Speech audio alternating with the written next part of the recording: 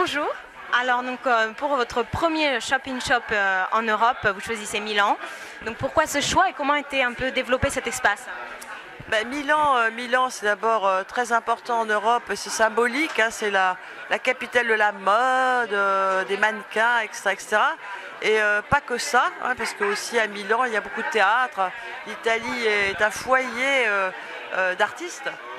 Donc de plus, notre histoire italienne, Make Up Forever, n'est pas récente.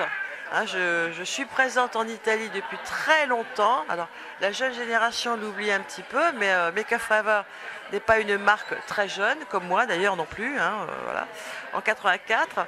Et dès sa création en 84, je me suis un petit peu implantée en Italie via les maquilleurs professionnels, et il y en avait beaucoup, et il y en a toujours beaucoup. Il y a d'ailleurs plusieurs boutiques professionnelles, notamment à Bologne, hein, qui revendent Make Up Forever, mais depuis pratiquement 84. Et il y a eu aussi à Milan. Alors ça n'a pas très bien marché, parce que voilà, des choses qui marchent, faute, je pense, d'organisation et de gens sur place. On a eu donc la velléité, et on a ouvert il y a une dizaine d'années une boutique à Milan qu'on a refermée parce qu'elle n'était pas, ça n'a pas marché, le temps n'était pas arrivé. On a aussi sur Milan ouvert des grands magasins, la Rinascente. Et puis là, finalement, donc, finally, comme partout dans le monde d'ailleurs, Make Up Forever en Italie est toujours dans les boutiques pro, c'est clair, Bologne et autres. Et puis aussi donc dans un univers qui nous semblait être parfait pour Make Up, c'est les Sephora, hein, et c'est pas qu'en Italie, c'est partout dans le monde, hein, on est dans les Sephora depuis très longtemps, et de pouvoir présenter dans certains Sephora plus de produits, parce que dans certains Sephora on n'a pas beaucoup de place, donc c'était l'occasion aussi ici, là, de pouvoir mieux présenter la gamme. Pas dans son intégralité, ne rêvons pas non plus, mais presque, voilà. Voilà. Presque, avec même certains produits qui sont considérés comme très professionnels et qui ne sont pas spécialement vendus d'habitude au public. Et ce concept de shop chez Sephora, on l'a commencé à Paris, on l'a commencé aux États-Unis. Très bien placé, ça a très bien marché et on souhaite bien le continuer, alors pas partout, mais Milan, bon, c'était l'endroit idéal pour le faire, et on va continuer à avoir donc des shop in a shop, si on peut dire, chez Sephora, donc là où ce sera, voilà l'histoire de Make Up Forever, Sephora et Sephora Milan, avec cet emplacement et cette volonté de vraiment présenter la marque telle qu'elle est, avec toute sa richesse et son grand nombre de références.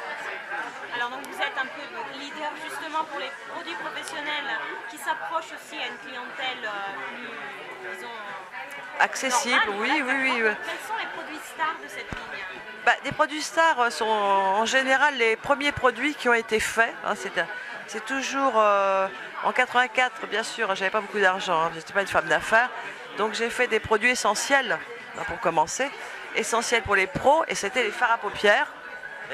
Quand je regarde la gamme actuelle, alors bien sûr, depuis 84, on a changé la technologie, forcément quand même, heureusement, hein, les textures, mais lorsque je regarde par exemple les couleurs, qui sont basiques, les couleurs pour moi. On a commencé en blanc, on a terminé au noir, en passant par tous les rouges. Ça n'a pas changé, enfin, je veux dire, visuellement ça n'a pas changé.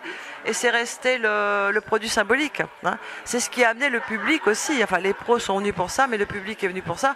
Parce qu'il n'y avait pas à l'époque une seule marque publique où une femme un peu marginale, un peu aventurière pouvait trouver ce genre de couleurs.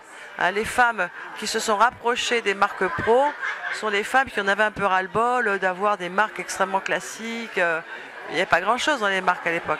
Donc elles se sont rapprochées du monde pro plus pour avoir cette liberté de choix de produits, puis aussi de profiter de la stabilité de produits qui étaient faits pour les pros, pour résister dans des conditions extrêmes et tout ça.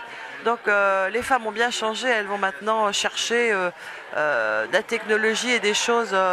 Mais disons qu'à Make Up For Ever, le produit symbolique, c'est vraiment les phares et je pense tout ce qui tourne autour des yeux. Parce que j'ai beaucoup travaillé sur les yeux pour le spectacle, voilà, et sur des produits de grande stabilité pour le spectacle, et qui sont devenus des best-sellers pour le public, comme par exemple la gamme Aqua. Hein. Je ne m'y attendais pas du tout, hein, franchement. Voilà, je ne m'y attendais pas du tout. Donc, comme quoi, finalement, le monde pro et les revendications pro technologiques rejoignent à un moment les désirata également des femmes, de toutes les femmes. Et quelque part, Make Up For Ever on a su réunir ces deux mondes, voilà, pour arriver finalement à faire quelque chose d'homogène et d'un peu bivalent. Voilà, là, maintenant, il y a des publics, il y a des pros. C'est un peu mixé, c'est un peu... Donc, à part cette gamme qui est très très ample et non seulement dans toute la gamme de produits, Make Up For Ever c'est aussi une école. Oui. Alors, quels sont les services que vous proposez? C'est-à-dire que l'origine de la marque était une Dani, moi, maquilleuse, artiste maquilleuse, et je possédais déjà à l'époque une école. Hein. Je me suis immédiatement découverte une vocation. Je ne le savais pas avant non plus, de transmettre. Voilà.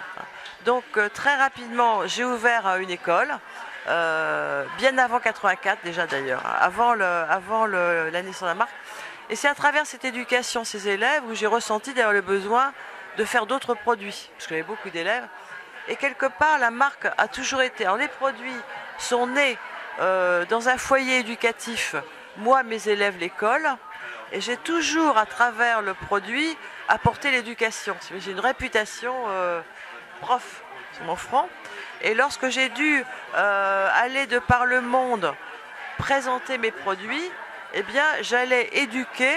Et de par le fait, je prenais le produit qui allait avec l'éducation.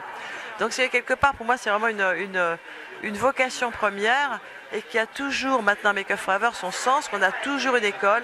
J'ai toujours donné des cours. On a un centre de formation interne pour les maquilleurs intégrés. Enfin, l'éducation a une place énorme, énorme dans la vie de Make Up For Ever. Et c'est bien aussi parce que ça donne aussi une addiction à la marque. Hein, je suis un gourou. Je suis un gourou, voilà, au milieu de tas de jeunes gens qui veulent ou qui sont maquilleurs. Hein. Ce côté, elle apporte le produit et elle apporte l'expertise est très très fort dans la marque. Voilà ce qui arrive. Alors maintenant une petite question pratique. Quelles sont les grandes tendances maintenant de cette saison Alors pour moi les saisons, la saison d'hiver est finie pour moi. Next, on embraye sur le printemps qu'on vient de terminer. Et c'est vrai que... Alors je ne suis pas quelqu'un qui suit à la lettre la mode. Je déteste les dictats de la mode, hein, franchement. Surtout dans une marque comme Make Up For Ever, c'est complètement ridicule. Donc je me laisse un petit peu inspirer aussi par mes copains designers. Hein. Je vis dans un milieu de créateurs. Et en fait, moi, ce n'est pas moi qui les dirige. Hein. C'est plus eux qui m'inspirent et qui me soufflent le besoin de faire certains produits pour répondre plus spécialement aux créateurs. Il ne faut pas inverser les rôles. Et c'est vrai que dans les tendances de créateurs, on passe des époques. En plus, moi, je suis déjà âgée, alors ce n'est qu'un comeback, vous savez, c'est un comeback en arrière. Quand on passe une époque, je dis, bon, bah, dans l'autre, ce sera sûrement comme ça, parce que c'est l'éternel retour. Donc là, on a pu constater, il y a eu des couleurs vives, il y a eu plein de choses, du pop, du machin, du truc, du off, du haut, voilà. Et là, on arrive, et donc ça se sent déjà dans les collections, à des couleurs, parce que bon, la tendance, c'est qu'on s'est habitué à la couleur, hein, maintenant. Pour la retirer, ça va être difficile. Ce sont des couleurs qui sont plus, disons, plus artistiques, plus faciles à mélanger, enfin, plus réfléchies. Voilà.